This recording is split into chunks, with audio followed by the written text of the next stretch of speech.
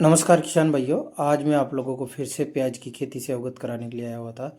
जैसा कि किसान भाइयों आप वीडियो के अंदर ये प्याज की फसल देख रहे हो, ये आज के कम से कम 15 दिन पहले इसकी कंडीशन इस प्रकार की थी जैसा कि आप लोग वीडियो में देख रहे हो। और इसके 15 दिन बाद जैसे इसके अंदर मैंने माइक्रोराइजा और इको गोल्ड जो इकोसेफ एग्रीसेंस का था ये डलवाया। देन उसके साथ में मैंने फंगिसाइड थाइफिनेट मिथाइल भी डलवाया था। तो इसके बाद में आप देख सकते हो ये प्याज की जो क्वालिटी है वो काफ़ी डिफरेंट देखने को मिल रही है। काफ़ी अच्छी इसकी प्रोसेज देखने को मिल रही है। और किसान भाइयों आप लोगों को बताना चाहूँगा प्याज के कंद का अच्छा विकास करने के लिए किन किन चीज़ों की आवश्यकता होती है। तो इसके लिए आप लोगों को बताना चाहूँगा कि अगर आप लोगों ने भी प्याज की खेती कर रखी है तो उसके अंदर पोटास जो आता है उसका प्रयोग ज़रूर लें। और उसके साथ साथ में WDG सल्फ़र जो आता है 80% वाला उसका भी प्रयोग आप ले सकते हो, जिससे इसकी पत्तियों का क्लोरोफिल भी अच्छा रहेगा और फफूंदी जनित बीमारियों से भी आपकी फसल सेफ रहेगी। कुछ कुछ जगह पे आप लोगों को देखने को मिल रहा होगा इसकी जो पील ऊपर की पत्तियां हैं वो हल्का पीलापन लिए हुए हैं। तो इस चीज़ के लिए आप लोगों को क्या करना है, मेटालेक्जिम मैनकोजेब या फिर टेबुकोनाजोल प्लस सल्फ़र और उसके साथ में एंटीबायोटिक मिलाना है आपको, स्टेप्टोसाइक्लिन या स्टेप्टोमाइसिन जो भी आप डाल सकते हो। और इसके लिए इसके साथ में आपको क्या करना है, जो 6 एलिमेंट्स वाले मिनरल मॉलिक्यूल होता है उसका भी प्रयोग इसके अंदर लेना है। और बाकी बात करते हैं इसमें मेजर समस्या जो आती है वो थ्रिप्स की या फिर इल्ली की आती है।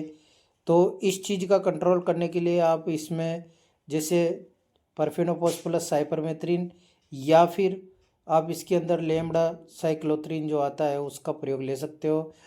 आप इसके साथ साथ में अगर जैसे मान लो थाइमोथाक्साम 25% आपको मार्केट में मिल रहा है तो उसका भी प्रयोग ले सकते हो। और इल्ली का अगर अटैक ज़्यादा देखने को मिले तो इसके अंदर आपको इमामेक्टिन बेंजोइड जो आती है 1.9% उसका भी प्रयोग ले सकते हो लिक्विड वाले बेस में। और अगर आप दानेदार फॉर्म में लेना चाहो तो आप जो इमिडा 5% आता है उसका प्रयोग ले सकते हो। और बाकी बात करते हैं इसके अच्छे प्रोसेज अच्छी गुणवत्ता कंद के अच्छे विकास के लिए हमें समय समय पर इसको अच्छे अच्छे जो न्यूट्रिशन आते हैं, जैसे मान लो कि कंद बनने की कंडीशन में कैल्शियम नाइट्रेट या कैल्शियम नाइट्रेट प्लस बोरोन जो आता है उसका भी हम इसके अंदर प्रयोग कर सकते हैं, जिससे कंद का विकास पूर्ण रूप से बढ़िया होगा और पौधों की संख्या भी अच्छी रहेगी, क्वालिटी अच्छी रहेगी। और जैसा कि आप लोग देख रहे हो इसके अंदर कई जगह कुछ पत्तियों में सिकुड़न सी देखने को मिली है। तो इस चीज़ के कंट्रोल के लिए आप एजिक्स्ट्रोबिन प्लस डाइफिनोकोनाजोल का भी प्रयोग इसके अंदर कर सकते हो। ये कई कंपनियों के अलग अलग नाम से ब्रांड आते हैं, पर मैं आप लोगों को इसके टेक्निकल से संबंधित ही जानकारी के हिसाब से आपको बता रहा हूँ। तो किसान भाइयों आप लोग अगर मेरे यूट्यूब चैनल @moisuman2305 पर अगर नए हो तो चैनल को सब्सक्राइब करना ना भूलें और साथ में बेल आइकन जरूर दबाएं। इस प्रकार हम आप लोगों को प्याज की बम्पर खेती जिसमें बम्पर उत्पादन हो और किसान का जैसे मान लो का यह सितंबर में लगाया हुआ प्याज की फसल है जो नवंबर तक आराम से इसकी कंद की साइज जो है काफ़ी अच्छी डेवलपमेंट में आ जाएगी। तो किसान इसको गीला भी बेच सकता है और इसकी अगर सुखाए तो दिसंबर के टाइम पे इसकी खुदाई करके मार्केट में बेच सकता है और उसके बाद में इसमें गेहूं की फसल भी आसानी से लगा सकता है। तो किसान भाइयों कई किसान लोगों ने बरसात के दिनों में इस प्रकार प्याज की खेती लगाई हुई थी, देख सकते हो आप इस प्रकार से इसमें अब ये कंद की साइज ये इस कंडीशन में आ चुकी है। अब इसको केवल ओनली सिर्फ और सिर्फ अच्छे गिठान का इंतज़ार है। इसमें अच्छी गिठान बनेगी तो इसका जो कंद है वो काफ़ी अच्छा देखने को मिलेगा।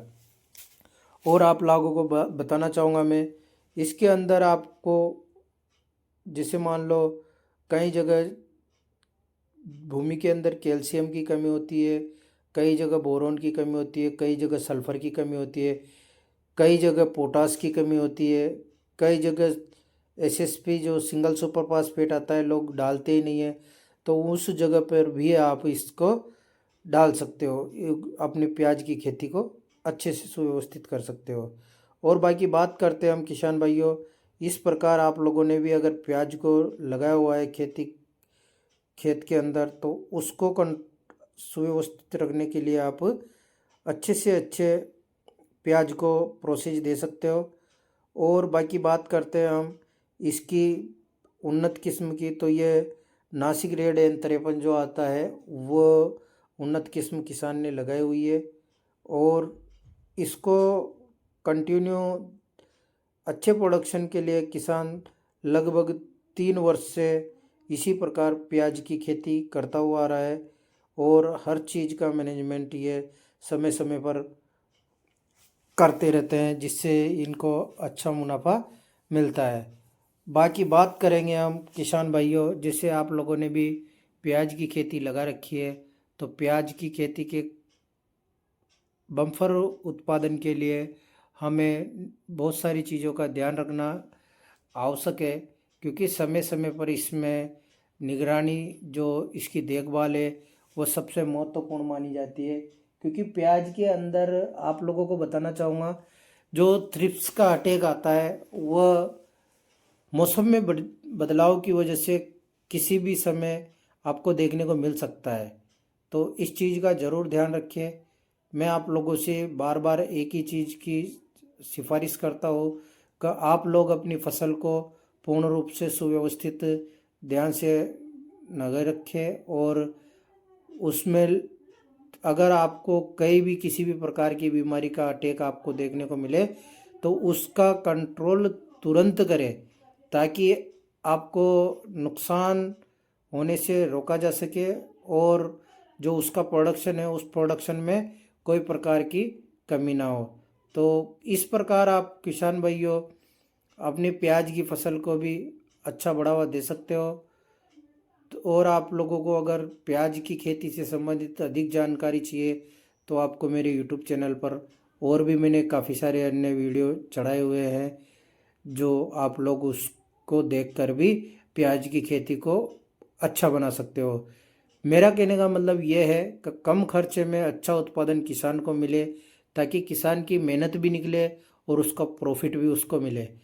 क्यों? क्योंकि कई बार क्या होता है, किसान लोग खेती तो कर लेते हैं, पर अनुभव का अभाव होने की वजह से जो भी आप लोग कोई भी समस्या को लेकर अगर जाते हो, तो समस्या क्या होती है और इलाज किस चीज़ का दिया जाता है, ये आप लोग भी नहीं समझ पाते। तो धन्यवाद किसान भाइयों, बने रहिए मेरे यूट्यूब चैनल पर। मैं मोहित कुमार सुमन, मेरा मोबाइल